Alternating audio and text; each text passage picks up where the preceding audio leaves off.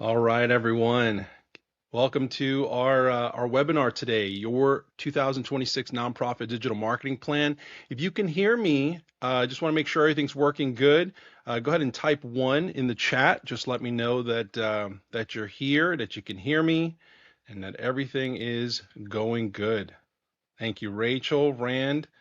Welcome, welcome, Rabbi Barsky. Good to see you, sir. Good to see you, Rick.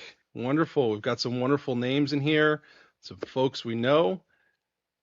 Welcome, welcome. We're very, very excited to get things going for you. And today, I'm going to maximize your time, maximize the value that we have here. And I'm going to get right into this. I know there's some people still coming in. This webinar was fully booked, so we're super excited about the folks that are coming in. But I want to make sure that we respect everybody's time and get right to this. Type one there in the comments if you're excited about learning about how to apply digital marketing to your nonprofit this year. I'm very excited about sharing this stuff with you guys. And, I want to make sure that we participate together, that this isn't just a one-way conversation. So throughout this, I'll be asking you some questions. Now, did everybody get the link to their workbooks? Go ahead and just drop a little comment in the chat there. Just let me know that you got your workbook. You were able to download it. I think we had an issue. We went to send it out yesterday, so you can get it in plenty of time.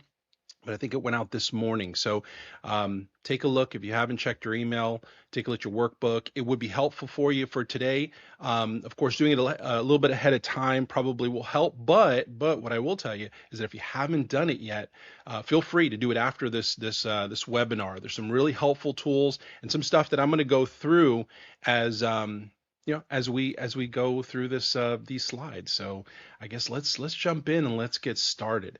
All right, so let's talk a little bit about digital marketing, what it means for your nonprofit. I've got a number of screens here, so I'm going to first kind of go into a little bit about what we do.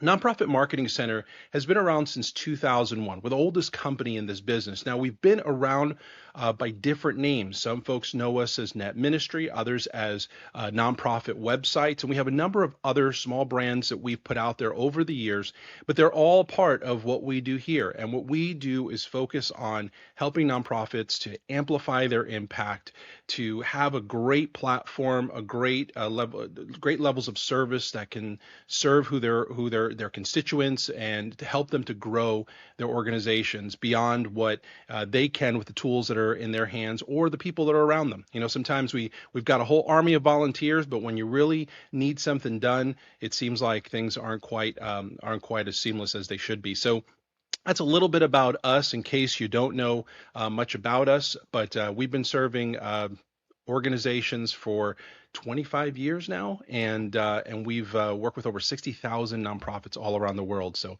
very blessed to have done that and to be expanding. We're still around. We're still standing in spite of economic ups and downs and all kinds of stuff like a pandemic, but we're still here, and we're so glad that you're still here. Let's talk about today's agenda.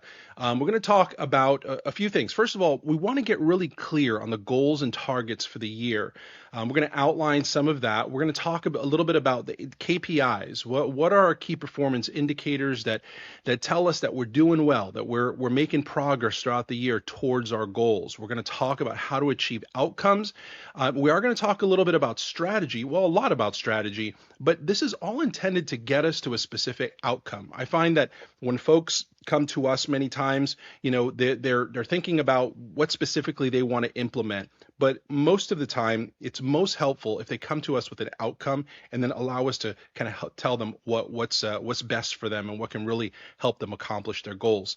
But we're going to talk about the KPIs. We're going to kind of map out the marketing plan. So what I promised you in the title of this webinar and the things that we've put out to you is that we are going to give you a full marketing plan for the year. So you don't have to come up with this on your own. You're going to have everything you need to just fill it all in with the specifics of your organization, but you're going to have the full plan.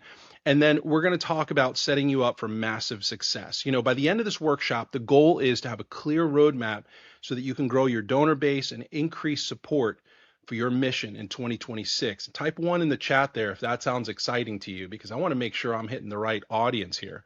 Are we talking about excitement over more donors, more volunteers, more supporters?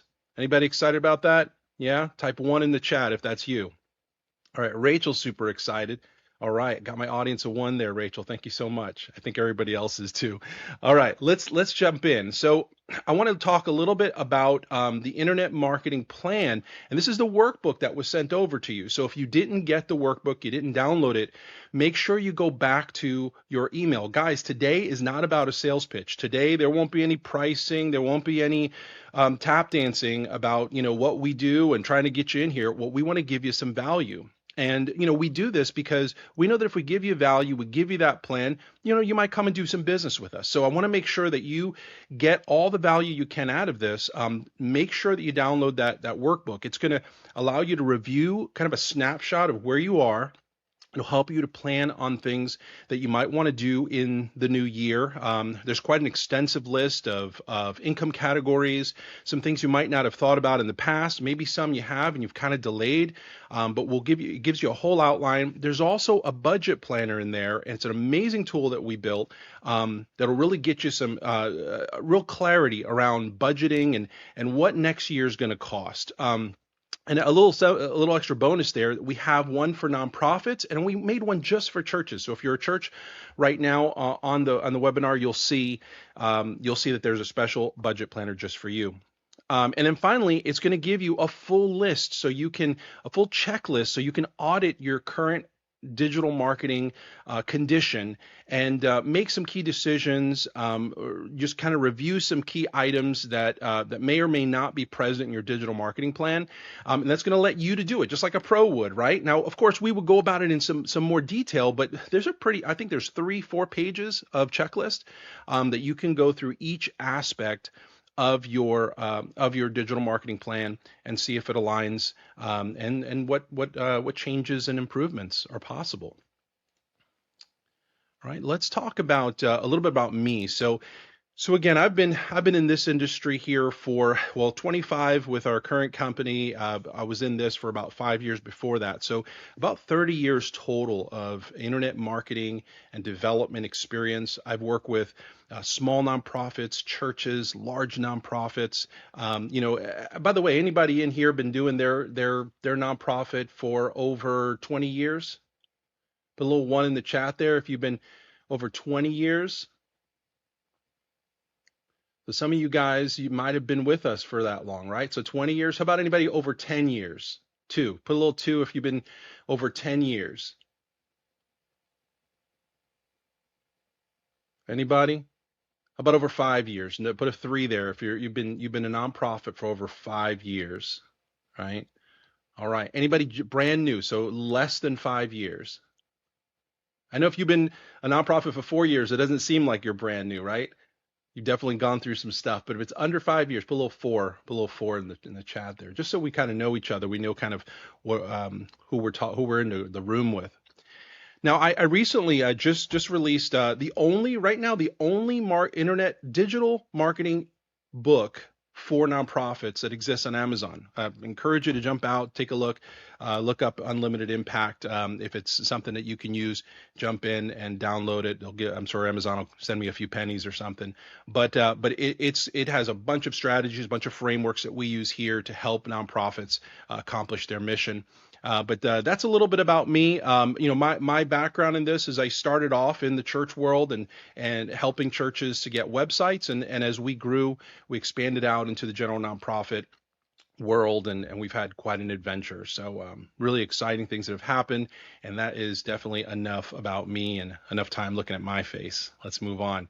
All right, let's talk a little bit about the largest digital marketing trends for 2026, the stuff that's coming, all right? So we've got AI-powered donor segmentation. We're seeing AI being used to kind of slice your donor database and create predictions of giving patterns. Some of you guys are using CRMs that do that. Some of you are doing that manually, but AI-powered donor segmentation, a really big thing for 2026, using the power of AI to understand your donor base better. Also, Google ad grant optimization. A lot of you guys know about Google ad grants. Some of you guys have a Google ad grant, but it hasn't really been working for you. So this year, what we're finding is a lot of folks are looking to just figure this thing out. How do I better use this $10,000 a month that Google gives me to create traffic and generate donors and more participation in my organization? So previous years, it was a big deal to get a Google grant. But once people find out, okay, I've got the Google grant, I'm running my ads, they find out that it's really not working for them because there are a lot of parameters around that, and we'll talk a little bit about that later on. Text to give and mobile first donations, we've seen that kind of rising over the last few years. In this next year, you're going to see a lot more of that. You're going to see obviously folks are continuing to use their phones and mobile devices more and more. This does not take away from desktop users, but we're starting to see a lot of options that are exclusively for mobile devices, and some new ways to do that, like crypto and all that stuff. We'll talk a little bit about that in a little bit. Authentic video storytelling. So we now have, in the past, doing video storytelling was really hard. If any of you guys have been around for, again, over 10, 15 years, that used to be a little bit of an obstacle, who was going to produce my video and who's going to host it, and stuff was really expensive to do. These days, a person with a phone can shoot a video in their driveway or on a morning walk, and it'll get 1 million views. So what we're starting to see is people are looking for authentic storytelling, not necessarily polished productions, but just making sure that they're consistently telling the stories about what they do, what the outcomes are for their nonprofit. Monthly giving programs are continuing to be a growing trend, and in this next year, it's going to be super important. We're seeing that there's a lot of monthly stuff that people are paying. There's a lot of money that's kind of going out of our pockets every day. Really anchoring folks in to your giving program is going to be super important. As a matter of fact, I'm part of an organization right now that, after 20 years, is still struggling to implement a monthly giving program, and that's one of the things that I'm a huge advocate of, getting that monthly giving program in so we don't have to raise that money every year. That same money, go to that same person every year. Let's just get it from them a little bit every month so we can secure that funding. And then finally, AI search optimization, a huge deal. So we've heard about SEO, right? Search engine optimization. What we're seeing in 2026 is folks shifting their focus not away from SEO, but to include what's called AEO, or AI engine optimization. What that means is that people want to be found, right? When someone asks ChatGPT, where can I volunteer in my area? You want to come up. When somebody asks about a food bank in their area, food banks want to come up. And so we want to make sure that we're giving AI all the juicy content it needs to know to recommend us. Put a one in the chat there if any of this is resonating with you. Have you heard any of this stuff? Yes, heck yeah. Well, as if this is not all enough, let me go a little bit deeper. Let's not forget about some other trends. We've got, the audience ownership. People are looking not just for service vendors, they're looking for growth partners who will really kind of own the project with them, own the growth of the organization. We're not just looking for a hosting company. We're not just looking for another marketing company. We're looking for someone who's going to walk with us to help us to grow, to help us to align our email, SMS strategies, implement the right CRM. So many executive directors and leaders are kind of stuck in the minutia of this stuff. And if any of you have used volunteers to implement infrastructure, you know what I'm talking about. Every few years, it's like you got to change it because the volunteer that came in, you thought they knew what they were doing, but they didn't quite know what they were doing. So you had to get somebody else, and then hopefully they knew what they were doing. Anybody else experience that? It's really like a trend in the nonprofit world. You've got 5 different volunteers, 5 different websites in the last 6 months. Also, to proving impact with clarity. Transparency is becoming really, really important in the nonprofit world. Now, that's always been the case, but because we're now seeing this in the financial industry, we're seeing this in even the political climate, we're looking for clarity and transparency because things aren't quite as believable as they were before. People want to know that what you're doing is real, the impact that you have is real, and where their money is going is real. So we want to make sure that we're able to prove that to folks. Designing connected journeys. So now just, kind of letting donors and supporters just kind of come into the fold and wander around.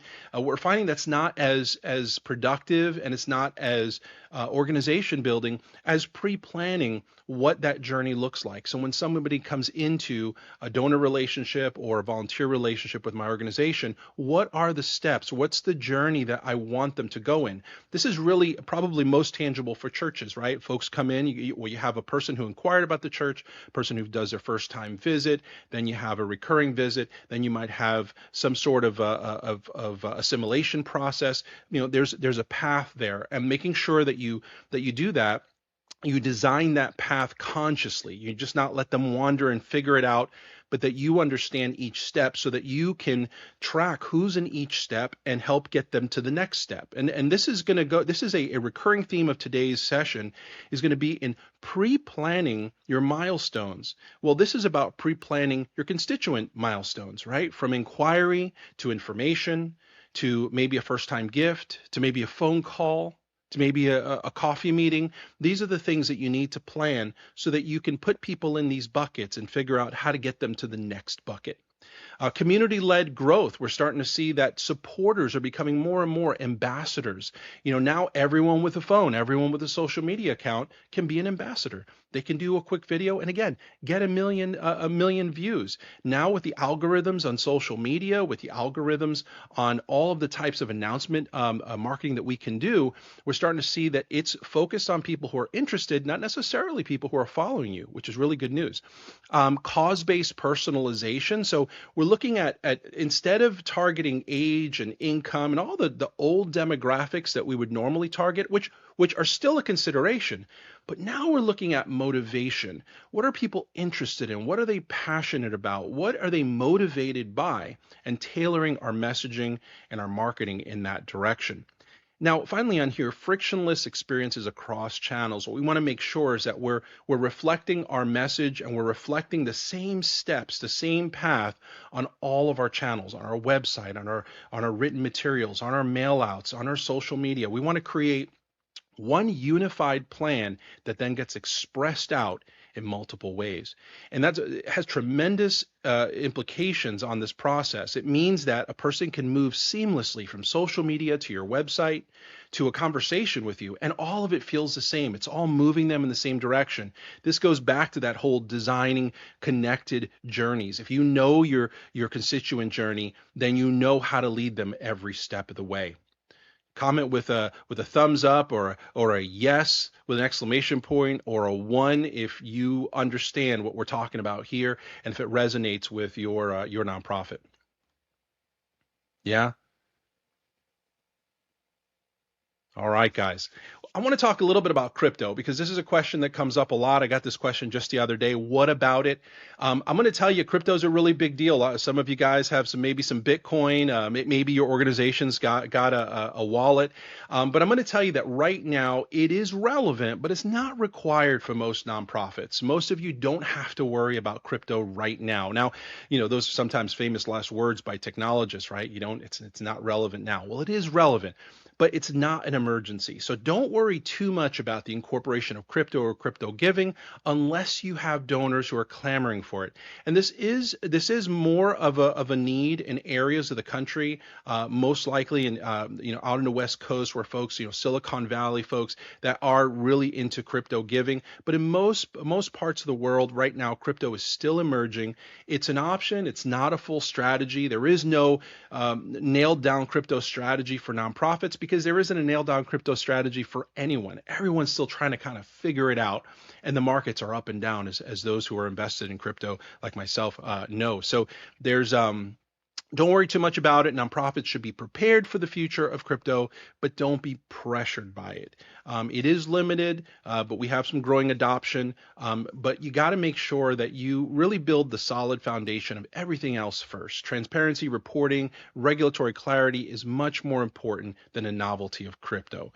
And you want to make sure that you're really focused on the fundamentals of marketing. Crypto will be great whipped cream on top of the sundae, and in the future may be very, very important. But today, you're still good if you're not doing crypto for your organization.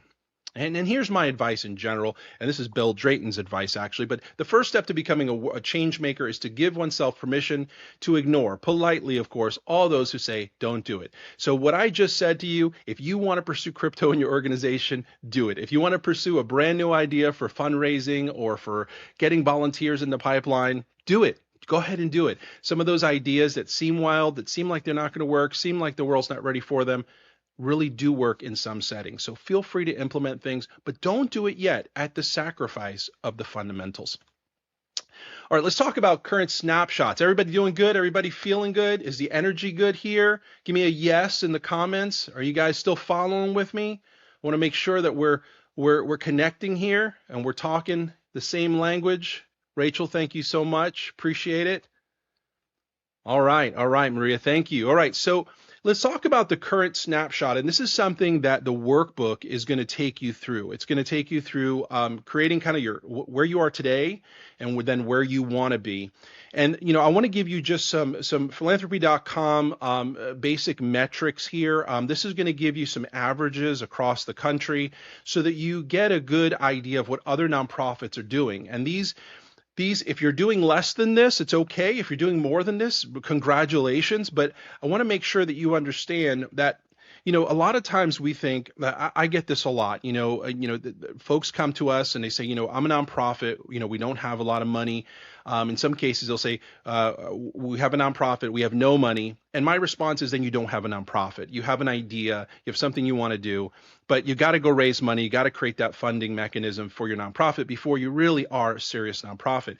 And here's why. These are the average metrics around the country, right? Annual funds raised. The average nonprofit's doing 452,000. Now, remember, this is an average that includes nonprofits that are doing nothing and some of them that are doing 10 to 15 to 20 million a year, right? So you've got an average here, and sure, there's no weighting here, but it's important to know that there is money. There is money out there, all right? There are about 1.5 million nonprofits in the U.S. alone. And this is about the average that they do between all of them. Donor retention rates. What's your donor retention rate? Well, the benchmark is 68%. Are you keeping your donors? This is a good number to try to understand. If you're doing less than this, that means you're doing less than the average. There's something that needs to change. If you're doing more than this, that means you're doing great.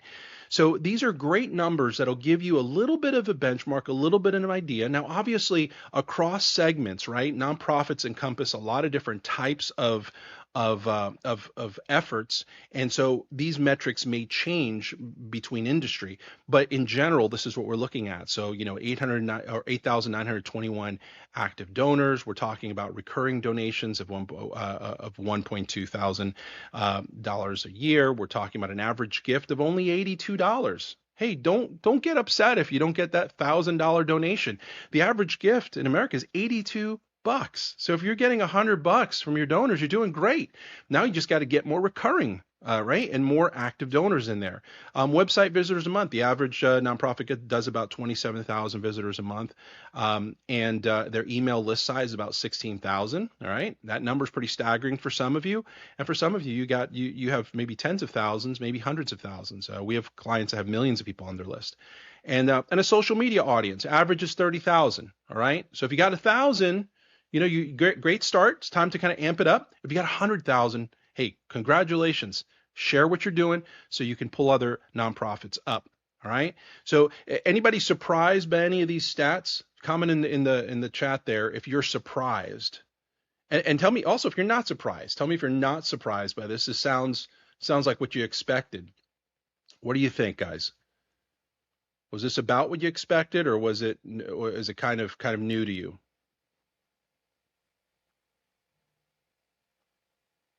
Yeah, not surprised. Yeah, good. And those of you that have been really doing your homework, you'll know that there's a lot more. There's a lot more benchmark that you can look at, and this information's out there. So make sure that you look for your industry, your specific industry, and see what the benchmarks are. There's benchmarks for everything from charities to churches. All right, let's move on to the next slide. All right, guys. So the next question that I'm going to ask you is, and I want you to really internalize this. Those of you that got the workbook early, you were able to kind of, flesh some of this out and get maybe some clarity. But what are your goals for 2026? What are your annual fundraising goals, your membership goals, your volunteer goals? What's the goal in terms of community impact, which could be a little bit esoteric. It could be a little bit wide. It could be more conceptual. What are your regional global awareness goals? If you're local, do you want to get known more in your local area? And what does that exactly look like? Guys, the clearer we can get, the closer we can get. And this is so important. Setting project goals, setting milestones for yourself and for your teams, it's going to be super important for 2026. Setting clear, ambitious targets is the first step to achieving massive growth. And taking a moment to reflect on what the goal would mean for your organization and the impact it would create. So think about that. Think about the goals that you have, and think about what happens if you get there. What does it look like? What does your organization look like? How is your community impacted by you reaching those goals? And then if you don't see enough impact, raise the goal, change the goal, but you want to make sure that you're moving the needle in some way. Let's talk a little bit about breaking the goal down. So let's say that your annual goal is 500,000, which is divided into about $41,667 a month. We want to look at an average gift size. This is a question I asked an organization the other day, and I asked it to the fundraising committee, and they couldn't answer this question. And that's a huge red flag. You want to make sure that you know what your average gift is. Just put a little one on the chat there. If you know right top of your head, you know exactly what your average gift size is. Because if you do, you're in the minority of the nonprofits that I talk to. Many of them don't know what the average gift size is. Some of them have never had a real gift yet, and some of them don't have quite the metrics or the systems to collect and figure that data out. But you need to know what your average gift size is so that you could know how to plan. So if let's say we have the average gift size is 150, that means to reach our goal, we need 3,333 donations per year. All right. That's monthly 278 donations. You see how we're breaking this down, right? So that's good. So we're going to go out, we're going to try to get 278 donations. What does that mean in reality? That if we just look at this number, we're looking still at a pretend number. We're still only looking at something that in the best case can come true. We have to look at what reality is. And reality is that not everybody that we ask for a donation will give one. And not everybody that we ask for one will give us 150. Some people will give more, which really pushes us forward a little bit faster. But if our average gift size right now is 150, chances are they're going to hit that target. We need to figure out, though, what percentage of the people that we talk to are actually giving. So let's look at the third square here. If we need 278 donations, and let's just say that 5% of the people that we ask for the donation give it. That means we need to ask for 5,560 donations a month. Now, I want you to really internalize that. Now, maybe your conversion stats are different. Maybe you've got a 10% rate. Maybe you got a 20% rate. Or worse, maybe you don't know your rate because you haven't been tracking this. Then this is going to become a bit of an exercise for you. You got to figure it out. Out of 10 people, how many give? Out of 20 people, how many actually give? In this scenario, a 5% conversion rate, you need to ask for 5,560 people for donations. And the formula here, I gave it to you there. So now that you know exactly how many prospects you need to reach your goal, the next step is to actually put yourself in a situation where you can ask that many times. And so this is how these goals break down. If you've never gone through the exercise of doing this, right? A lot of people say, we want to raise $1 million. We hope to get $1 million grant. That's not really a plan unless you have got the grant in the bag. I know an organization that gets an annual grant from their city, and they pretty much can count on it like clockwork. Every year they get $500,000. That's phenomenal. How many of you guys are funded at all by grants? Anybody here funded by grants? Say yes or no. Let me know if you're funded by grants. Anybody? Even partially? Any grants coming in? Yeah, sometimes, Rachel. For many organizations, they've never had a grant, right? You never hired a grant writer. You've never tried to do it yourself, right? So these big gifts are hard to get. and or maybe you've never gotten them. And then also those big givers, right? Your top givers, your big your rich guys that come in, love to see what you're doing, and they're going to just dump a bunch of money. That those just don't happen very often. Some of you guys have some of those people, as part of your giving pool, but the reality is for most of us we don't. So we've got to create these types of divided targets. We have to say, okay, if our goal is $1 million, then what does this actually divide out based on our current numbers? If we don't know our numbers, we need to figure them out. Now, one of the things that we did for you guys, this was actually a bonus, and we decided to do here last minute. We said, what if we can create a planning system for you to figure this out? Well, what if it just figured it out for you? You plugged in the numbers, plugged in your current numbers, and plugged in what your target numbers are. And what if it came up with that budget? What if it told you how much you had to spend in order to get to where you need to get to, what you had to do, and how you can allocate your funds to best utilize that money that you're investing and the money that's coming in? Well, we did it. We created tools, and we got one. Guys, we got one for the nonprofits and one specifically for churches, because the model's a little bit different there. You've got a membership model. So I want you to just, if you haven't, by the way, these links are in that workbook, but I want to put it up here for you. You could take a picture of it with your phone if you want and go to it next. But this is a free tool we created for you. This is a huge deal.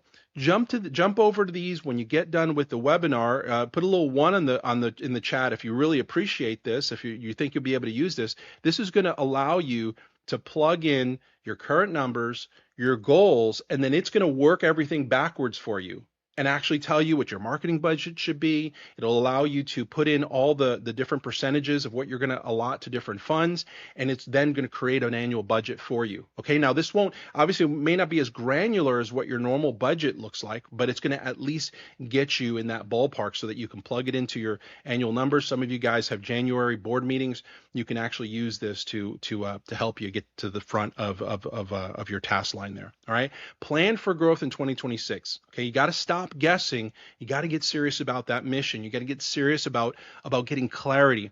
Nonprofits aren't failing because they don't know what they're doing and they're not passionate. It's just because they're not clear about the goals, and so don't have a direction to go. It's kind of like we're just shooting in the dark. All right. So when you get a chance, those are the tools. nonprofitmarketingcenter.com/tools, and then nonprofits is just NBP. For churches, it's CBP. And that'll take you right there to the calculator. And I'm sure that you'll have fun playing with that thing. I definitely did when the team finished it. So greatness is not a function of circumstance. Greatness, as it turns out, is largely a matter of conscious choice and discipline. All right, guys, so we want to be great. We want our organizations to be great, but that's not going to happen by accident. It's not going to happen because just, one day the coin flipped your way. It's going to be because we planned, because we made a choice, and those series of conscious choices and disciplined choices are what are going to create the success that we're looking for. All right, let's go right into the plan. All right, now we did all that initial work. Everybody excited about that? We finished all that stuff. Did you get some value from that first part there? Because we're about to now go down the slide. Are you guys ready for this? This is going to be really good, and this is going to it's going to inspire you, hopefully, and it's going to give you a good roadmap to getting the results you're looking for. All right. And I wanted to give you something that you could just immediately start implementing. You can start doing. If you need our help, great, but you can also do this on your own if you choose to do so. If you have some folks internally, you can tackle that project. And let's talk a little bit about what that looks like. So this year, our goal, we work with thousands of nonprofits every year. And one of the things that we've this year, it just seemed like more than ever, we got that question of, is there a unified system? Is there a way that I can see all of this working? Because I'm hearing all this stuff about social media. I'm hearing all this stuff about search engines, my website. Do I change the homepage? Where do I put my donor button? All this stuff. Is there a cohesive framework, a way to look at this that is understandable to me as a leader of a nonprofit, that then I can break down? Because I know that everybody here is smart enough to be able to take a concept and then break it down to what it means for you. And so what I wanted to do was give you that concept. I'm going to give you some of the breakdown as well. And then I know that immediately You're going to see the value. And what I ask is that you see yourself in this process. I want you to, as we go through this, I want you to envision your nonprofit in this process and what it means you have to do. So what we created this year was what we call the impact growth engine. And there are three phases to this growth engine. There's the engagement stage, cultivation, and activation. And we're going to look at how these things kind of cycle into each other. But in the engagement phase, what we're looking at, we're focusing on visibility, traffic, and discoverability. And we're doing that. We're trying to get those potential donors and supporters, right? Those potential advocates. And we're doing it through SEO, AEO, which is the AI version of that, and pay-per-click advertising, all really focused on getting people to the website. In the next stage, cultivation is about nurturing those relationships, right? So some of you guys already have people who are potential donors and supporters. Now you're kind of in the cultivation stage with them, but you still need more engagement, right? We need to get more of those people. In the cultivation stage, we're nurturing, we're relationship building, and we're doing this by repetition, right? We're building trust, we're deepening the connection, and we're doing that through social media and content marketing. Now, a lot of you guys, you're doing those random social posts, right? You're doing drive-by marketing is what we call it. Yeah, I saw today I was looking at somebody's social media page who inquired about what they can do to make social better, and the last time they posted was February of this year. So I know a lot of you guys' Facebook page kind of looks like that. Comment in the chat if that's you, if you're brave enough to admit it. But social is kind of a drive-by thing, and then content marketing. When I say the phrase content marketing, for some of you just wonder, well, what does that entail? What is that? Or you kind of sigh knowing that that's a lot of work. Content marketing is all about coming up with new content, getting it out there. But that's how you're going to cultivate your relationships. You're going to show them, you're going to build authority, you're going to build credibility, you're going to tell the stories. And in the final phase, it's activation. This is where you focus on converting those relationships, getting them to participate, getting them to make financial commitments, right? We're turning supporters into donors and advocates, and we're doing that through email marketing and in very, very close reporting. Now, some people say, well, is email marketing the only way to activate? No, you can do that through social, through content, through SEO, through PPC, but because those tracks are already laid, email becomes your call to action. And we're going to talk a little bit about email in a second, but it's very important. And not only are you doing those outreaches, some of you guys, you're doing a lot of social, or you're doing very little social, and you're doing no email. And that is one of the worst things you can do. Email is still king, believe it or not. I know what they say. I know what you do to your emails. I do the same thing, but email still gets the message out. Many of you guys got my email about coming here. You got the link from email, and you're going to download that workbook by email. So make sure that you're implementing those specific things. And again, what I want to do here is not just tell you, hey, make sure you SEO, make sure you social media market. I want to put them into these buckets so that you understand what needs to be done in each of these, right? So for SEO and PPC and website, you're focused on engaging people. And we're going to talk about how to do that in a second. For social media and content, we're looking to cultivate those relationships, to cultivate the trust of people who are engaging with you. And then in the activate through email marketing, because we've paved the road, we use email, and then we closely report on all of these items so that we understand how to do the manual asks. Because how many know that you still got to make phone calls? Anybody still making phone calls? If you're not making those phone calls, you're not getting those donations. So make sure SMS, email, phone, right? I always tell people call, text, email. That's how you deal with opportunities and leads. Type a 1 in the chat there if that is resonating with you. You understand what I'm talking about. You guys still with me? You connected? You engaged? I don't want to lose you here, okay? All right, let's move on. So we're going to jump in here to understanding how this looks. Okay, this is your nonprofit. This is you and your nonprofit. You're in the middle there, and you got this swirl of stuff that's around you. How many of you guys feel the pressure of all these things, right? Hope and care and making sure that your organization's giving and making sure that people are giving, and you're trying to establish community, and you're trying to create this culture of generosity, and there's the financing. And I talked to an organization just yesterday, found out that they somebody dropped some fiscal responsibility, and now their 501c 501c3 is in danger, and all these things are just swirling around you constantly. And it is overwhelming, Daniel. It is. And this is what it kind of feels like right here. There's just this circle of stuff, right? And it kind of circling you, like sometimes it feels like you're getting circled by wolves, right? And you took this on. You decided to make an impact in this world, and you took all this on, but it doesn't make it any easier.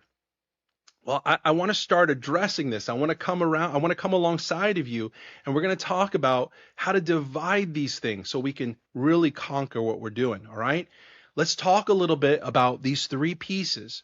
You've got the problem, the prescription, and you've got participation. So this is how you break apart your organization. All those things swirling around you, you're going to pull them apart into these buckets. The first one is the problem. What is the problem, the issue, the cause that your organization exists to solve, address, or just serve? All right. What's the problem that you're doing this with? I want you to really get clear on that, because sometimes we create these nonprofit organizations, they're really nebulous. Churches are really good at this, right? We're just here to serve the community. Well, what specifically? Why? What's the specific problem, right? Now we understand that there are some evangelical goals there. For nonprofits, we might have some very practical goals like feeding the poor. We might have some very very large overarching goals. But what is the specific problem that your organization exists to uniquely address? The prescription, which is the bottom piece here, this is what you're prescribing as the medicine for that. Okay, that's why we call it a prescription. What are the services and the programs that you're proposing actually address, solve, or serve that issue or problem or cause? All right, your prescription has to make sense, guys. Your programs, it's not just for the sake of creating programs. So one of the mistakes a lot of nonprofits make is they make programs that sound like a good idea to the founder, not that serve the problem. And so make sure you're constantly assessing that.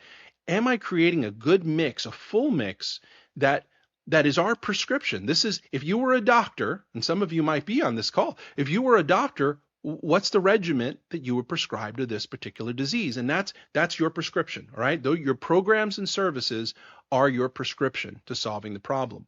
And then the third part is, how do people participate in helping you to implement that prescription? That's it, guys. All that swirl of stuff you can pull out into those three pieces. What's the problem? What's the prescription? And how do people participate? Now, some of you might think, well, where's governance in this, right? Where's governance and management? That's actually in the participation stage. That in the participation stage is where you recruit not just volunteers and donors, but you recruit your board members, you recruit staff. All of that happens through participation. And you bring people in to help you. Rachel asked, should we be seeing something other than the circle graphic? You should. You should see a circle graphic with these little gray words around it. Do you see that, Rachel? The three gray words? So you'll see problem. Okay, yeah, there you go. So problem, prescription, and participation. And right, to speak to Rachel's question, we're going to the next one. Let me explain how this fits into that three-tier, the three-bucket model that I just showed you. The problem is what helps people engage with you. All right. So if my organization exists to feed the hungry, then talking about or presenting the problem, the issue of hunger, maybe it's child hunger, maybe it's single mother poverty, maybe it's something very specific that you are trying to engage. This is how you engage with the community. All right. It's talking about that with your community, or attracting a community, building community based on those who are most concerned about that problem. Remember, we talked a little bit earlier about how donor profiles are shifting from age and demographic information to who's really worried about this, right? Who's really passionate about the problem that you want to serve. And that's the engagement attachment that you have. So some of you guys, you try to engage a little bit too much on the prescription, right? Here's all the stuff we're doing, but you're not really explaining why. Like, why? The most passionate people that you have are going to be people who are engaged in the actual cause, the actual issue that you're trying to address. All right. So engagement comes in through that problem, issue, or cause that you're serving. Your prescription does is it creates your cultivation method. When you're talking about your programs, your services, when you're sharing the stories that come back from the implementation of the prescription. If some of you guys don't have case studies, stories, testimonials, you need to go out and get some, because if you don't have it, you don't have any proof. Now, it could be that you're doing great work, but if you don't have those things, you're not collecting those things consciously, then you're not actually proving that your prescription, that your plan actually works.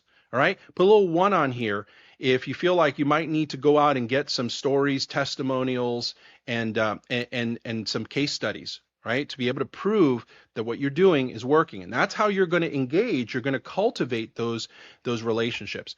In the last stage, the participation element, this is where you activate your donors, volunteers, and supporters, right? You do that through your participation elements. What does participation means? It means you've got to have active and visible ways that people can connect. So for some of you guys, you're talking about the problem, you're telling people about your programs and services, and then you have a donate button. Right? That's not a full engagement, a participation strategy. You've got to make it very clear to people that these are the ways these are the channels of engagement, right? For some of you, it's donations. Some of you, it's becoming a volunteer. For some of you, it's becoming an advocate. For some of you, it's sharing our stories on social media. All right. So you've got to, part of this, and this is why I want to pull this apart. I want to take that swirl of stuff and pull it into three buckets, because if you can focus on accurately engaging people with the problem, cultivating people through your services and programs, right? And then you can create very clear channels of participation, then this game is won. If you can do that in a very clear way and create channels and donor journeys that take people into this and take people through this, then you're going to win in 2026.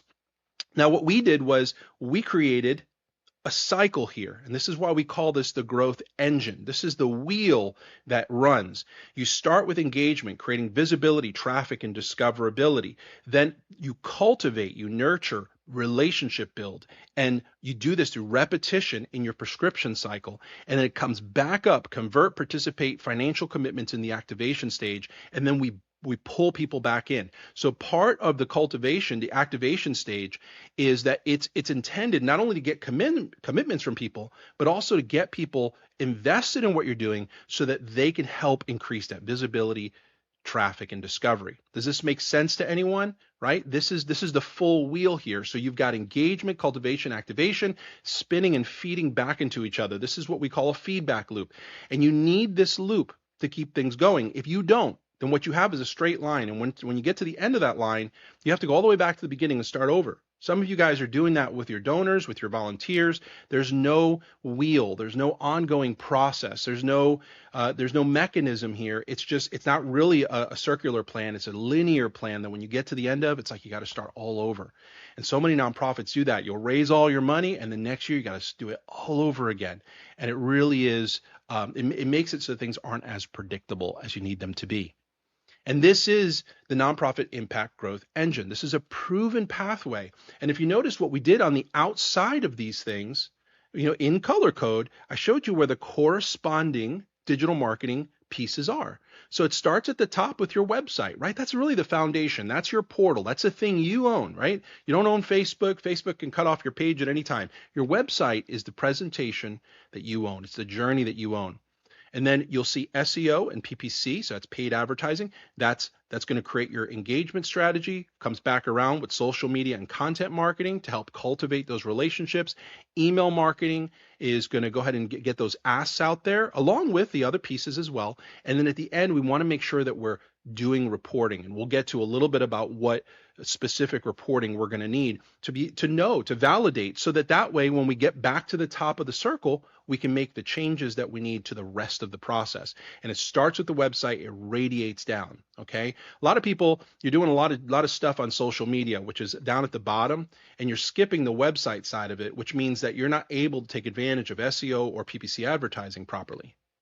And some of you guys are missing that entire chunk. So you're not getting the engagement that you need. You're just really talking to the same people all the time. Anybody experiencing that in your social media presence? You're just talking to the same people all the time? Or even worse, 5% of the people that are following you, or 2% of your list is really listening or engaging. That's because you're focused on that bottom part and you're really not starting at the website first and radiating down. Okay.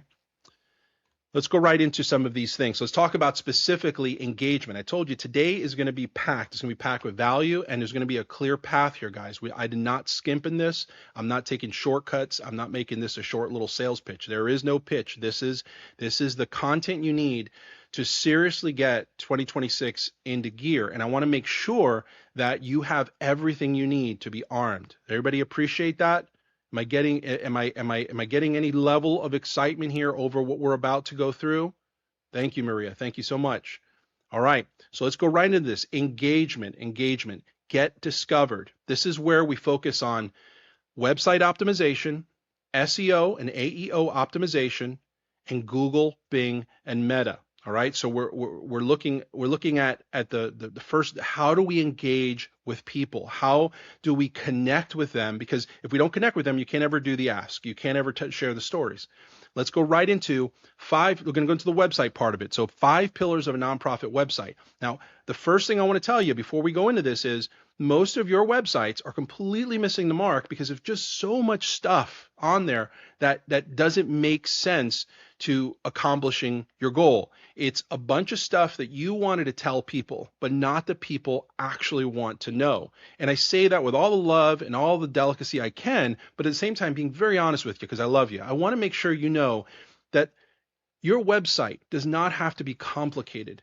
It doesn't need a complicated architecture. It doesn't need the latest fly-in, animation. And for God's sake, it does not need an 18-year-old managing it. You need a serious website. This is your worldwide presence to the world. It's representing your mission, and it needs to do that with excellence. Now, excellence, again, does not mean you need to adopt the latest design standards that tomorrow are out of style. What it means is that you need 5 pillars. You need to focus on 5 specific things. And honestly, you have to question if anything's not one of these 5 things, why is it on your site? All right. The first thing is focus on the problem. The problem or issue or cause your nonprofit solves, addresses, and supports.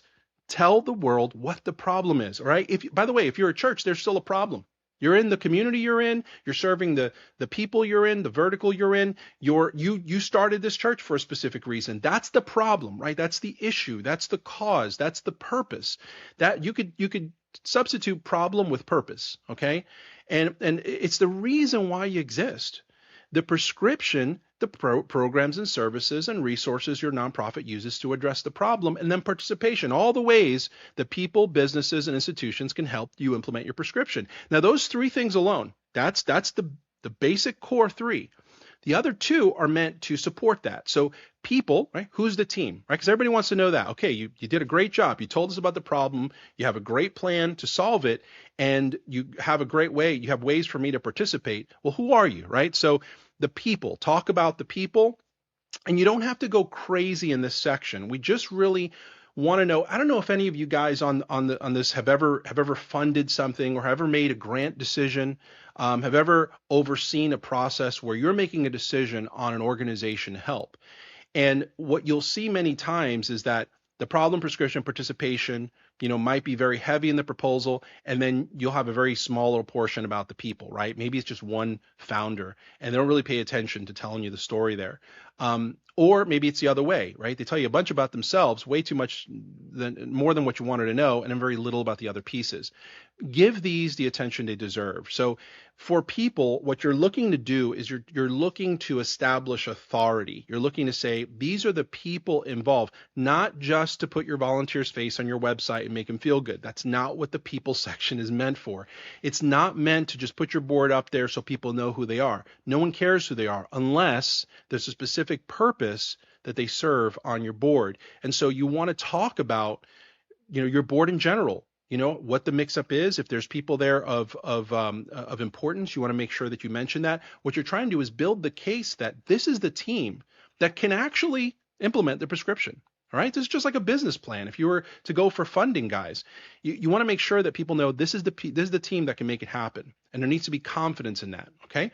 And then lastly, the platform. For some of you guys, this doesn't apply because you don't have a way for people to engage with you online. There's not necessarily, it doesn't really lend itself to that. But for most of you, there is an opportunity for this, right? A way for people to go in, control their donations, maybe update their payment methods, maybe update their bio or their basic contact information. Whatever the platform is you're using for people to manage their own data, that's the platform part. And that is very important for most nonprofits. You've got to have a section in there where people can control their interactions with you. So people, prescription, participation, problem, prescription, participation, people, and platform. If there's anything else on your website, then you have to ask yourself why it's there. Now, it doesn't mean it shouldn't be there, but you need to have a good reason. So one other one you might have on there is, an area for press releases or news, right? But you want to make sure that those things are auxiliary. They're not the main thrust of your website. Some people say, well, but people come to my website, my constituents come to my website, they want to see the latest news. Well, I have news for you. 95% of the traffic going to your website are people who have never been to your website before. So I want to just blow that away for a second. If people are coming back to your website, guess what they already know? Where on your website to go. They already know how to get to what they want to get to. So if you got a clear donate button, you have a clear updates button, they know to click on that. Your homepage should focus on new people. And by the way, churches, this is even more the case. 99% of your traffic is new people. Your website should almost completely focus on new visitors and should only have a small section for the returning visitors, because church people normally don't go back to their own church's website except to get directions to the event or something, okay, or to give. So these are the pillars of your nonprofit website. Let's talk now about SEO. By the way, did any of that help anyone? Did this simplify anything for you? Did it help you to reevaluate maybe what you're doing? Just say yes in the chat if that's you. Let me know that this is of value to you. It helps you consolidate. We're trying to get rid of all that swirling mess, right? All right, we're going to move on to SEO and PPC. So SEO stands for search engine optimization, right? It's the art and the science of getting you higher in the search engines when something that's searched should have you in the results. PPC is pay per click. That's advertising that you do, paid advertising on the internet. And these are the cornerstones of visibility. When you build a website, it's like building a shack in the middle of the woods, and there's no road to it. SEO and PPC basically create both the roads and the airdrops to your place, all right? So a few little pieces to this. There's search engine positioning, understanding how to position yourself in the search engines and how to be found in places where you should be found, right? So we don't just want to show up when somebody types our name in. That's not really search engine optimization. It just means Google listed you. What we want to be found is under, food banks in Tampa, right? So we want to be found under there if we're a food bank, churches in, Indiana, or more specifically, Indianapolis, right? So we want to make sure that we're found under the right search terms, and we want to figure out what those search terms are. Content creates context. So the more content that you create on your website that addresses questions, and we're going to get to that in a little bit, but addresses questions and concerns, that gives people answers to things, and also provides them with the resources they need, that's going to create the context for your SEO. Okay, so search engines will not just rank you because you want to. They don't just rank you because you use a certain phrase anymore. What they do is they rank you based on the usefulness of your website and the way that it answers questions that are asked. Technical, offsite, and reputation. These are all pieces of the SEO puzzle, making sure the technicals are right, that we're using the right H1 tags and that we're using alt tags for our images, all the geek stuff, the offsite stuff where we're talking on social media, we're on Reddit, we're on all those other websites that might mention us, and then reputation management, making sure that we're getting reviews and that people are talking about our organization so that the search engines understand that we're important and they know to recommend us. Now, with PPC, you get a little bit of a fast track, all right? So search engine positioning takes time. You make your changes on your website and then you wait. You wait till Google reindexes you. You wait to see where you land, and then you rinse and repeat. With pay-per-click, we can start traffic for you in an hour, right? So we start paying for that traffic. We launch targeted campaigns to get the message in front of a ready to act audience right away. And that's whether you're doing PPC with Google or Bing, or whether you're doing it with Facebook, Meta, with that whole universe there. There's other networks as well. LinkedIn has one. YouTube has pay-per-click advertising. So this is a really fast way that you can literally say, I want to pay to get the traffic now. Testing and scaling, making sure that you're constantly refining your ads, refining your keywords and audiences to improve results and scale what works. And then finally, making sure that you measure and track your conversions. It isn't enough that we're driving the traffic. We need to know, what is that traffic doing? Is this even worth it? If I'm spending $1,000 a month on Google Ads, are they actually bringing us donations? Are they actually accomplishing the goal that they should be accomplishing? So this is really important, having all these things in mind as you choose between strategies and you choose what to implement. This is important to understand. G. Stazek said, great presentation. Will the video be available post-webinar? I need to run. Yes, I'll go ahead and send that to you when we're done, okay? All right. So let's talk about AI. Okay, there's a little bit of a shift to AEO. And Mary, I totally understand if you're in and out. That's okay. AI is quickly becoming the way that people search for answers, and for good reasons, right? We can just ask a question and get a summary that might come from multiple sites. Why just focus on one set of results from Google? So what we need to do is we need to make sure that we're staying visible when search engines start answering questions directly. And this is what's happening. You're now starting to see that search engines are integrating AI. So when you ask a question on Google, you'll get the results that you normally get, but on top of it, you'll get Google's AI that's answering the question, trying to answer the question for you. So search is no longer just about rankings, it's about being the answer. So from SEO to AEO, we're looking at from keywords, now we're looking at how do we answer and include questions that people are asking on our website. From pages, right, we just have pages that we're ranking. Now, how do our answers rank? Do we become the authority in that field? Instead of rankings, now we're looking for visibility in the AI summaries. And from traffic only, we're looking now at trust and authority. I had a call from a prospective client that called me up. He said, listen, I called you up because I asked Google a specific question or ChatGPT a specific question. It said you were one of the 3 firms in the area that specializes in that. So I believe it, and I decided to call you. And we're doing business together. So you understand how important that is. It's important to make sure that you're becoming a resource. AI-powered tools now summarize results instead of listing them. So instead of getting 10 websites, it just says, here, listen, here's the answer according to, and it'll give you kind of the references to those sites. But if AI can't understand your message, it can't recommend you. For some of you guys, you have a really convoluted site. It doesn't really answer questions, right? You're just doing a bunch of announcements and, maybe you've got disparate information throughout the site and there are no real answers to questions. There's no content that's helpful to recommend to people. And so start thinking about that. And by the way, when you improve AEO, you're going to naturally improve SEO. You're going to start getting ranked higher in Google just because you're becoming a better resource of information. So if somebody's looking for, let's say, a church in Tampa, or they're looking for a food bank in Tampa, having a page on your website that addresses the fact that you're in Tampa, what you do, how you do it, all of that helps not only Google, but all the AI engines to understand that you're an important part of that mission and that initiative. AEO ensures your nonprofit's the answer when people ask, how can I help locally?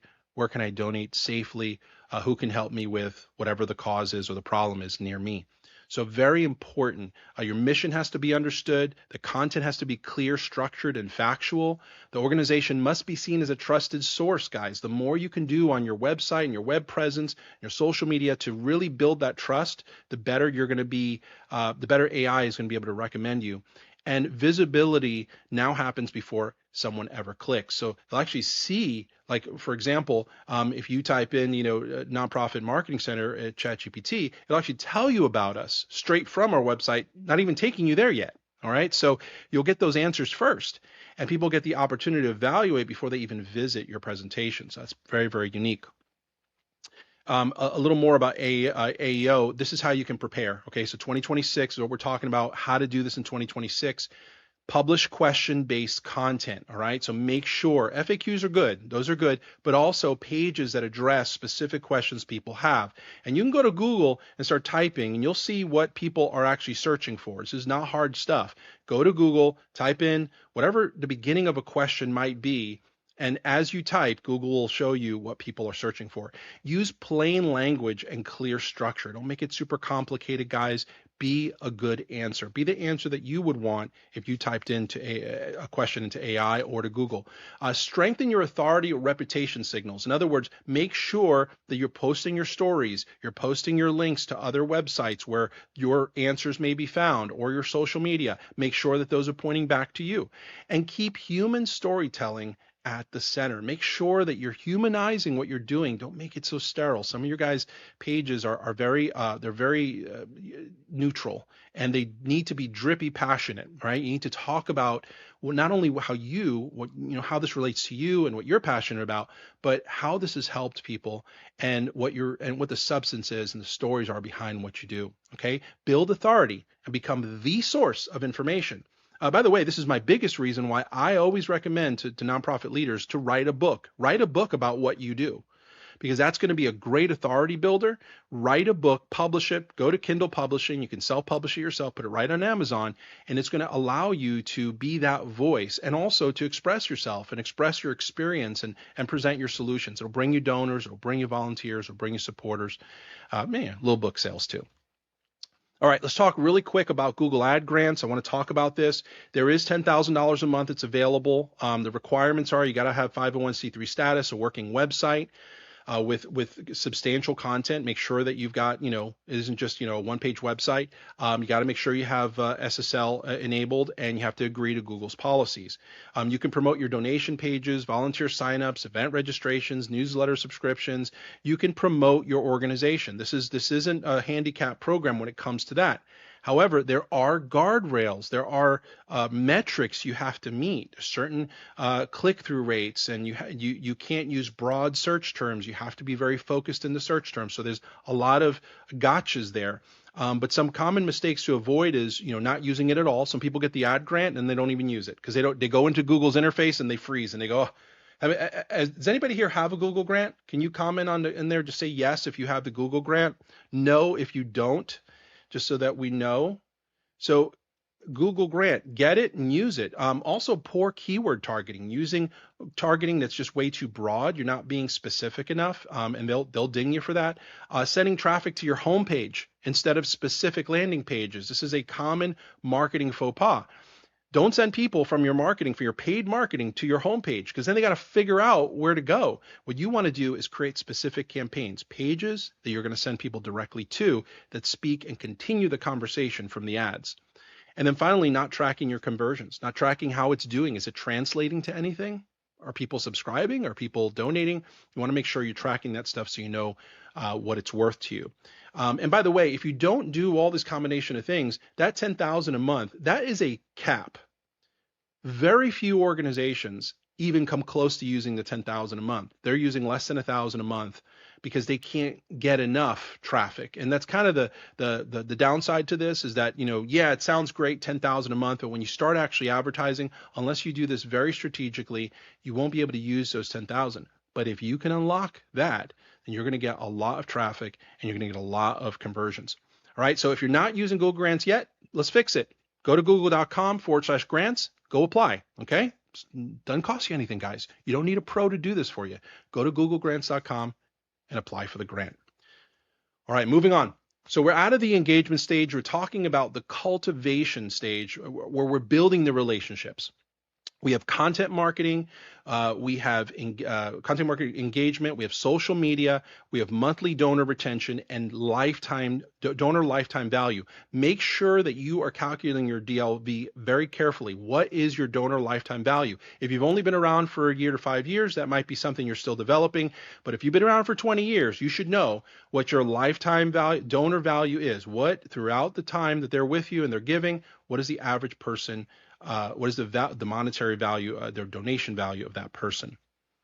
Let's go right into this. Content connects websites and social media. So content turns visibility into relationships. Guys, I cannot say enough. If you are not producing content on a regular basis, you're missing out on a whole lot, okay? You need to be creating website content that establishes credibility and authority, that answers questions clearly, that supports your SEO, AEO, and your conversions, that leads people into the things that you want them to do, and that serves as a long-term source of truth, right? As an organization, you're the expert in the problem. You're the expert in the prescription.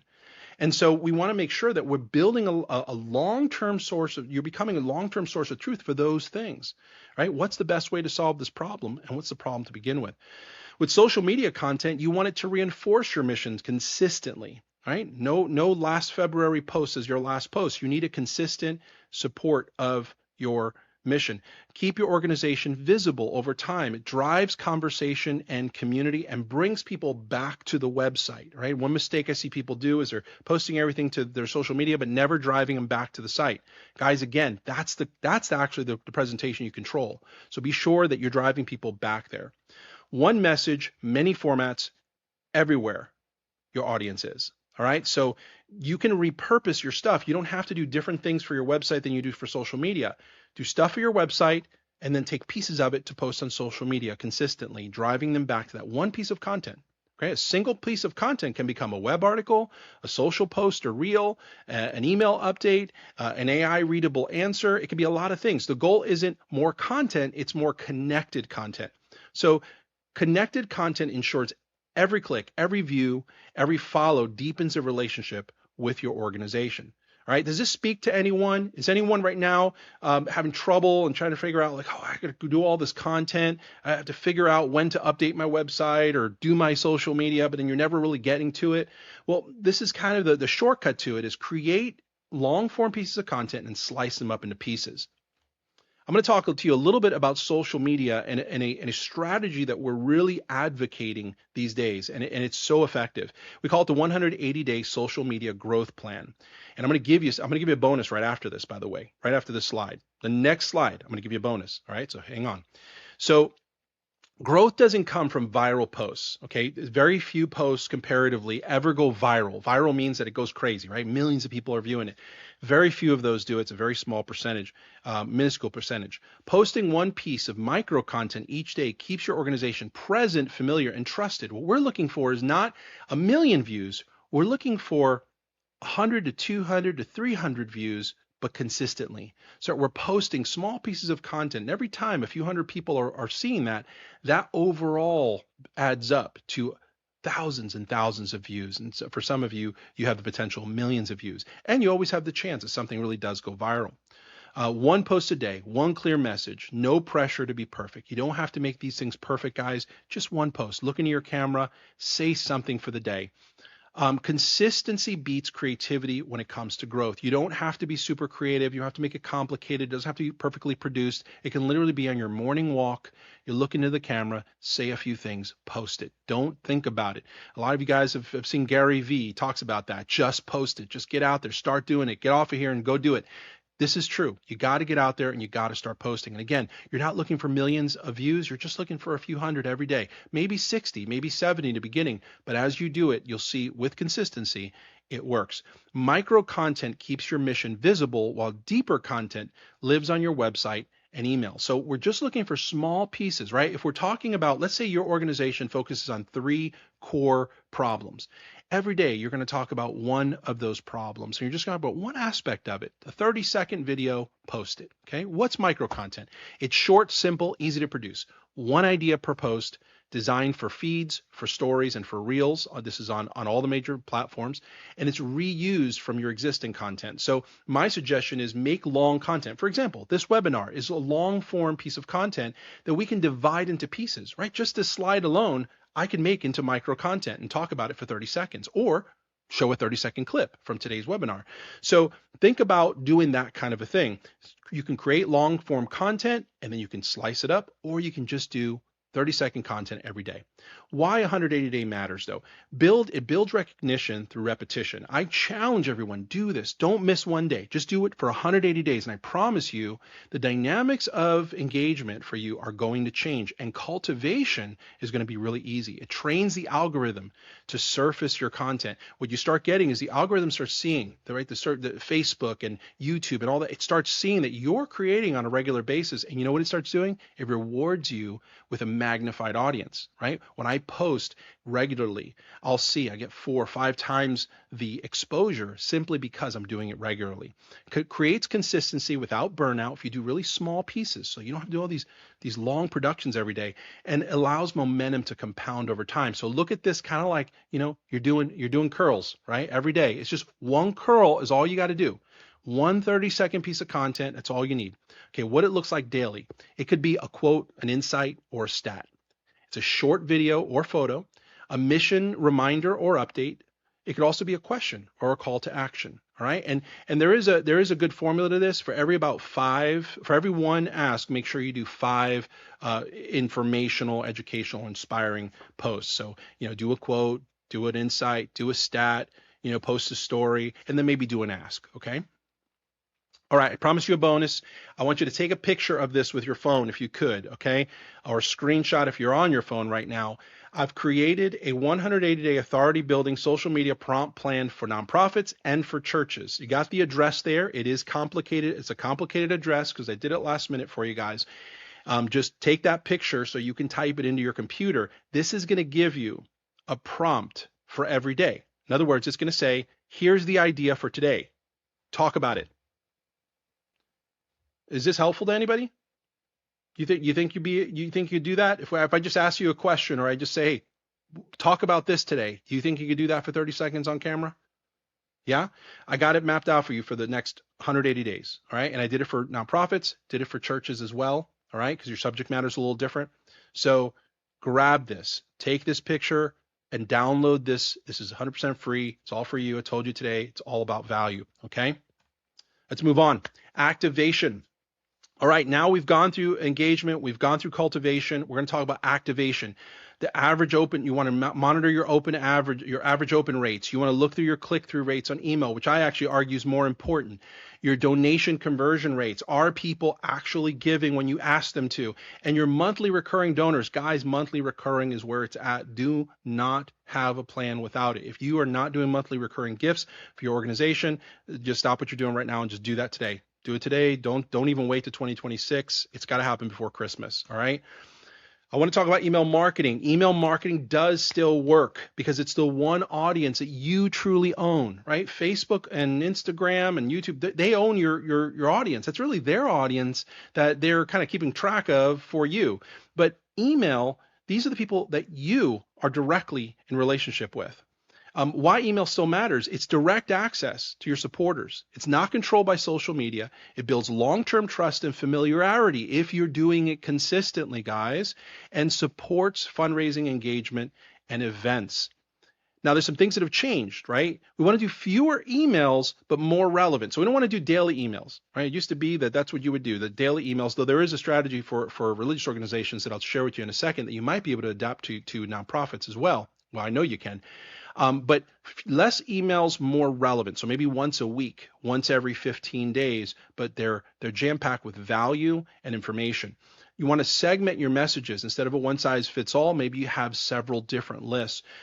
Also, content-driven, not promotional blasts. You want to make sure that it's containing information of value, not just these promotional asks, which some of you guys, that's the only emails that you do. Integrated with your website, social, and ads. In other words, there's one unified flow. Your email is a continued conversation from what you have on your website, social, and ads. So you're doing them all at once. You're blasting everything, right? That story that you have, that success story, you post it to your website, post it on Facebook. You want to create it, you want to boost it into an ad, and you want to send it out by email all at once, and do a press release while you're at it. Combined with SMS, this is a great 1-2 punch, right? So if you're doing mass text messaging, be careful with it. Do it slowly, do it sparingly, but Make sure that you're using SMS somewhere incorporated in your strategy so that you can have those instant reminders. Usually reminders are the best thing. It's best for reminders, and it's best for calls to action that people have already committed to, right? Maybe a call to action to, hey, don't forget, to give that pledged amount, right, tomorrow. Algorithms change. Email remains direct, reliable, and personal. So SEO, social, those things are all going to change based on what the powers that be decide. But email's there for you all the time. Still one of the most it's the highest performing digital channels for nonprofits when used intentionally. It turns attention into a relationship and relationships into action. Email isn't about sending more, it's about staying connected. When someone gives you their email, they're giving you permission to continue the conversation. That's why emails are so important. That's why having your email is so important to me, because I get to communicate with you and get to share this type of value with you on an ongoing basis. Reporting and metrics. I told you we're going to cover this a little bit. Why is it important? Because good intentions still need clear insight. Guys, I have hunches all the time, and I'm going to tell you, sadly, 9 out of 10 of them usually don't work.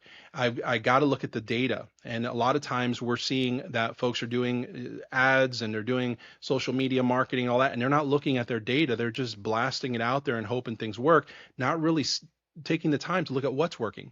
I have one organization that was doing a lot of one thing, and they missed that something else they did had like 5,000 views on Facebook, while everything else they were doing was getting like 60. And they realized this is the one thing. If I did this more, I can get more views on social media. Why reporting is essential. It shows that something's working and what isn't, connects your efforts to real outcomes, and it builds confidence with leadership and boards. This is important. When you go to report the results, you gotta have them to report. Ensures resources are used responsibly. So this is it's a fiscal responsibility thing. It's a strategic responsibility thing. Make sure you're reporting what gets measured, gets met. If it doesn't get measured, it gets missed. So what should be measured? Your website engagement and conversions. Now, this is different from your website visitors. You're going to get visitors. A lot of them are going to be bots. Website traffic is a challenge. It's always a kind of an estimate of stuff going on. But you need to be measuring your actual important things like engagement and conversion, your ad performance, your email opens, clicks, and responses, the growth in the audience and supporter actions. You need to be measuring the stuff that actually moves the needle. If you can't measure it, you can't manage it, you can't improve it. Okay, reports turn marketing activity into understanding and informed decisions. Data doesn't replace intuition. Okay, you're still going to have your gut feelings, but it strengthens it if it's valid, and it helps you refine it if it's not. Okay, it provides that clarity, not criticism, and the goal isn't perfection. It's progress, alignment, and accountability. Right? You want to follow your hunches, and you want to also know whether those hunches are paying off, even if partially. All right, everybody still with me?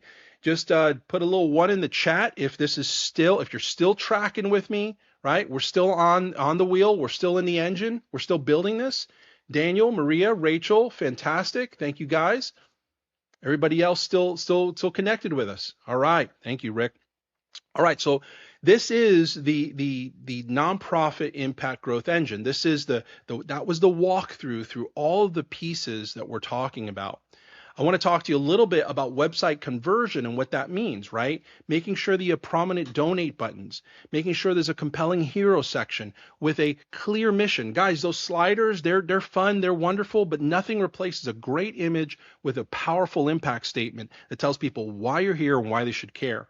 Social proof, making sure that there's donor counts, impact stats, stories, show people the proof of what you're doing, right? You got to be mobile optimized, obviously, and make sure your the donation process is as well.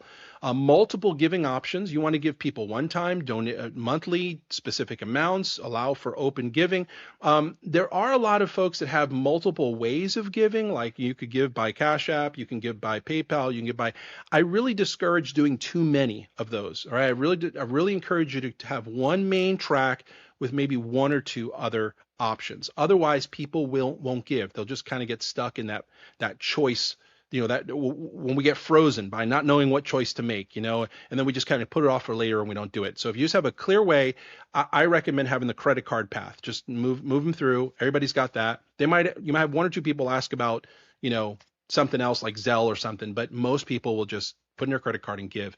And then you also want to also have any trust signals. Make sure that if you've got a BBB or a Guide Star or Charity Navigator or any security badges that you might have, make sure that you're putting them on the site so people just know that that there's legitimacy and trustworthiness there. Moving on, this is the framework in action and how it could work together for you. So engagement comes in through search. We're seeing a website visit, a newsletter sign in. The person then starts following you on social, makes that one-time donation because they've been cultivated, right? We're in that cultivation stage. And they become a monthly giver once they start receiving a little more, or they get manually asked, hey, thank you for giving. Would you consider? How many of you guys have done that? Have you gone to your one-time givers and say, thank you so much for giving, right? Here's the mug that you get for the one-time gift, but have you considered maybe giving on a monthly basis? And it doesn't have to be the same amount. Maybe they give $100 and you just want them on a $10 a month thing because that gives you $120 a year, as opposed to that having to chase that person for that 100 every single year. All right. And then they go in, maybe they'll start volunteering. Once they volunteer, people get that ownership. They become an advocate. And then they go back into the engagement stage where they get others engaged with your organization. Do you guys see how this can flow for you? This is an example of a planned, a very well-intentioned, a well-planned donor path. And this is what everybody's moving to. They're moving to really taking people, putting them in the buckets and figuring out how to get them to the next stage. So if I get a website visitor in, how do I get them to sign up? So you start you start making changes to your website to improve newsletter sign up. Then I say, well, how do I get more of those people to start following us on social? So you start now putting social links in your email newsletter. Then you start figuring out, well, how do I get my social following start giving? So you start experimenting with that. Creating these buckets, these milestones in the journey allows you to optimize each milestone. And that's the way you build massively in 2026. I want to give you a quick little case study here. So River Hope Foundation, this is kind of an organization that we kind of create for our storytelling, kind of combines a lot of the best of what we've seen nonprofits doing. And Riverside Foundation was struggling to grow beyond their local donor base. They had a dated website, no email automation, weren't utilizing Google ad grants, and weren't reaching out with any consistency. They redesigned website, created a platform for branding, communication, and traction within their community. SEO and engaged content drove organic traffic, while social media built an audience for their message. Paid ads drive donors, volunteers, and supporters into crafted, automated funnels. And consistent email marketing kept supporters and local leaders informed about their projects and needs. Quarterly KPI reports gave them intelligence they needed to make adjustments when needed. Through the increase and improvements in awareness, audience, interactive systems, and consistency of messaging, RHF exceeded their growth goals. I want to put your name here. I want to put your name here so that this is your story. And this is completely possible because everything I just stated here, this story, could be your story if you're just implementing this correctly. So I've given you the roadmap into 2026. All right. We need to be talking about investment. Okay. So nonprofits should be investing between 5 to 15% of their fundraising go back into marketing. Some of you guys, you look at that number and it's staggering. And you're like, wow, I couldn't possibly do that. The problem is that when you don't plan to do that, then you end up underspending, which means that you end up undergrowing. Investment levels under 5%, you're kind of maintaining your current levels. You're kind of staying at the status quo. If you're investing between 5 to 10, you're going to have some moderate growth, and 10 to 15%, you're going to have accelerated growth. A lot of nonprofits don't understand that when you look at another nonprofit that has grown and you look at another nonprofit that continues to grow, what you're not seeing behind the scenes is how much they're spending in their marketing. Now, this isn't just about spending, it's about spending it wisely. So having a framework to spend within, that'll help you to really maximize that investment. So an example here is if you have a $5,000 a year goal, 8% of that is $40,000 a year. So your marketing budget should be about $3,333 a month. And that's your combined marketing budget. That's everything. That's digital, that's your mail outs, it's everything. So it's not just your digital marketing. What I would recommend, suggested budget allocation by framework phase. So in the engagement phase, we're looking at about 40 to 50% of that budget. When we're looking at the cultivation stage, we should be looking at about 20 to 30% of the budget, and then in your activation stage, you're looking at 25 to 35%. So just giving you some buckets there where you can kind of split the numbers out. And then you want to what I want to do right now is just ask you if you're okay with doing it. Tell me what percentage of you're investing right now. Drop it in the chat real quick. Just tell me what percent. Doesn't have to be a number, an actual dollar amount, but just tell me consciously and put down on paper, board approved. How much? What percentage are you spending right now on your marketing? If you're brave enough to put that in there. All right, your action items. I'm going to give you a few little homework assignments that you can move to. You've got the planning guides. Make sure you take that manual, you go through it, you do all your planning. But I'm going to give you a few very poignant exercises here. Action item number 1: go and apply for the Google grant if you don't have it, guys. It's free. Go do it. Okay. Again, it's google.com/grant. Action item number 2: do an audit of your website design and content. In the manual that I gave you, that we send you to download, there's an entire audit process. So go through that process, and that gives you like a good 10,000 foot view. And then you could always deep dive in, and we can talk with you about doing that. Create a content calendar, consistently publish impact stories. That's action item number 3. Create your content calendar. Okay, so if you don't do this, what's going to happen is you're going to get to it when you get to it. If you create a content calendar, then it's going to get done. What gets put on the calendar actually gets done. Okay, action item number 4: create and set up your automation for inbound and outbound marketing. So don't count on when you have the time. Make sure that you are in a system that allows you to automate your inbound and outbound marketing. When something happens at your website, when somebody subscribes to something, there's something that happens automatically. Okay. Make sure that you're timing your outbound marketing and setting that up ahead of time, right? So if you're going to do social posting, make sure that you're scheduling your posts. You could do that within Meta's infrastructure. You could do that with tools like Sprout Social. There's a bunch of other tools for that. Action item number 5: optimize your search engine positioning, your social media presence, and your paid ad strategy based on what we talked about today. Number 6, make sure you put together or hire a team that can help you to implement every ounce of this plan consistently without fail. That's the main thing. You guys know that, especially when it comes to things like marketing, especially when it comes to things like social media and stuff, we put together a plan, or we grab somebody's kid and we say, okay, you're going to post, and this is what you're going to post. And then that happens for about a month, and then it kind of dies off, right? We want to make sure that we're putting consistency in, not that we're doing this big push in the beginning of the year and then we kind of fall off. Daniel, this has been very informative. All right, Daniel, I appreciate it. We are just about done, just going over, but I appreciate it. And Maria, wonderful. So we want to just talk to you. There's, we want to help you to do what we can to implement as much of this plan. If you need the help, there's a link at the bottom here, nonprofitmarketingcenter.com/accelerate. If you want me to walk through this with you individually, there's no cost to this. Just make sure that you go to nonprofitmarketingcenter.com/accelerate. I'll ask some questions. We'll go through your mission, your organization. We'll look at the outcomes you're looking for. I will do a one-on-one with you, and that's at no cost to you. So make sure that you go to /accelerate there and get your nonprofit impact acceleration session, and then we'll get to meet each other and know each other a little bit more. I'll help you to implement these things. We'll create a plan for you. Okay. And then finally, I just want to thank you guys for being on here. Thank you for attending the workshop. I hope that this has been helpful. I hope it's been valuable. Has it been valuable to you guys? Go ahead and just drop it in the chat. Just tell me whatever you want to say about this. It's been such a pleasure to be with you. I hope you have a clear roadmap to grow your donor base and increase fundraising in this new year.